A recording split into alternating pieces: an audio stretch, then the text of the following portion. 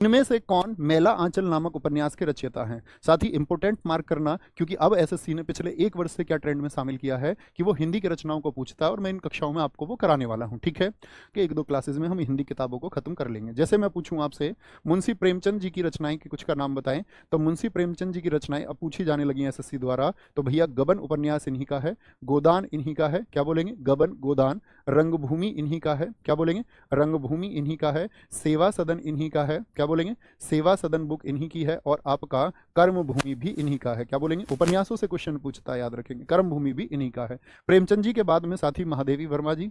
महादेवी वर्मा जी 1982 में ज्ञानपीठ इनको मिला था। तो इनकी 2 पुस्तकें याद रख लेना साथी, एक तो यामा, क्या बोलेंगे, यामा और नीरजा। जिनको याद हो वो बताना, यामा और नीरजा इन्हीं की पुस्तकें हैं। चंद्रबरदाई की रचना पूछे आपसे, चंद्रबरदाई की रचना कौन सी है, तो पृथ्वीराज रासो है, क्या बोलेंगे, पृथ्वीराज रासो के राइटर कौन है, पृथ्वीराज रासो के राइटर कौन है, आपका चंद्रबरदाई। ठीक है। सुमित्रा नंदन पंत पूछे साथी, क्योंकि इनको भी ज्ञानपीठ मिला था, सुमित्रा नंदन पंत 1968 में इनको भी ज्ञानपीठ मिला था, किसके लिए, चिदम्बरा के लिए, चिदम्बरा, सॉरी चिदम्बरा लिख देते अभी हम, चिदम्बरा होगा, क्या होगा, चिदम्बरा।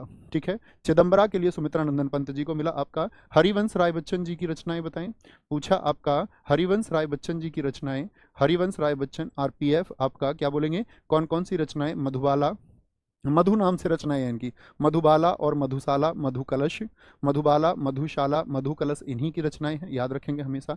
रामधारी सिंह दिनकर जी की रचनाएं पूछे, रामधारी सिंह जी की रचनाएं कौन कौन सी हैं, रामधारी सिंह दिनकर जी की रचनाएं हैं साथी आपका उर्वशी और कुरुक्षेत्र, क्या बोलेंगे, उर्वशी आपका साथी, उर्वशी, कुरुक्षेत्र, क्या बोलेंगे, कुरुक्षेत्र और कर्ण के जीवन पर आधारित रश्मि रथी। जो साथी नहीं जानते हैं, यूपी बोर्ड वाले जानते होंगे उनके, क्योंकि चैप्टर आता है, रामधारी सिंह दिनकर हैं। धर्मवीर भारती जी की बात करें, धर्मवीर भारती जी ने कौन सी पुस्तक लिखी है, तो इनकी पुस्तक है ठंडा लोहा, क्या बोलेंगे, ठंडा लोहा आपका साथी, ठंडा लोहा है इनकी। गुनाहों का देवता है, क्या बोलेंगे, गुनाहों का देवता है और सूरज का 7वां घोड़ा है, गुनाहों का देवता और सूरज का 7वां घोड़ा, क्या बोलेंगे, सूरज का 7वां घोड़ा किसकी रचना है, सूरज का 7वां घोड़ा इन्हीं की रचना है। जयशंकर प्रसाद जी की रचनाओं की बात करें, जयशंकर प्रसाद जी की रचनाओं की बात करें तो क्या बोलेंगे, आपका आंसू, कामायनी, आंसू और कामायनी हम याद रखेंगे, आंसू, कामायनी, झरना, झरना और लहर को भी याद रखेंगे, क्या बोलेंगे, झरना और लहर को भी याद रखेंगे। जयशंकर प्रसाद जी के बाद में मैथिली शरण गुप्त जी की रचनाएं पूछे, मैथिली शरण गुप्त जी की कौन कौन सी रचनाएं हैं, मैथिली शरण गुप्त जी की साकेत है, क्या बोलेंगे, मैथिली शरण गुप्त जी की साकेत है, क्या बोलेंगे, साकेत है। तो ये गलती नहीं करनी है, क्या बोलेंगे, ये सारी की सारी रचनाएं हिंदी की स्क्रीनशॉट लेके आप तैयार रखेंगे, बहुत इंपॉर्टेंट रचनाएं हैं, अक्सर पूछी जाती हैं। ठीक है, अक्सर पूछी जाएंगी आपसे आगे आने वाले एग्जाम्स में।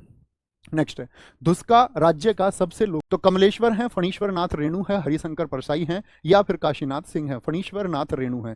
कमलेश्वर की रचना याद रख लेना साथी, कितने पाकिस्तान, क्या बोलेंगे, कितने पाकिस्तान, और पार्टीशन पुस्तक को भी इन्होंने लिखा था हालांकि, कितने पाकिस्तान। हरिशंकर परसाई की रचना का नाम है विकलांग श्रद्धा का दौर, क्या बोलेंगे, बहुत इंपॉर्टेंट मार्क कर लीजिए, इस बार से क्वेश्चन आपको भी देखने को मिलेंगे, विकलांग श्रद्धा का दौर। और ये ऐसा टॉपिक है जिसको हम कहीं और नहीं पढ़ पाते हैं। काशीनाथ सिंह की रेहन पर रघु, क्या बोलेंगे, रेहन पर रघु किसकी रचना है, वो काशीनाथ सिंह जी की रचना है, किसकी है, काशीनाथ सिंह जी की रचना है। ठीक है।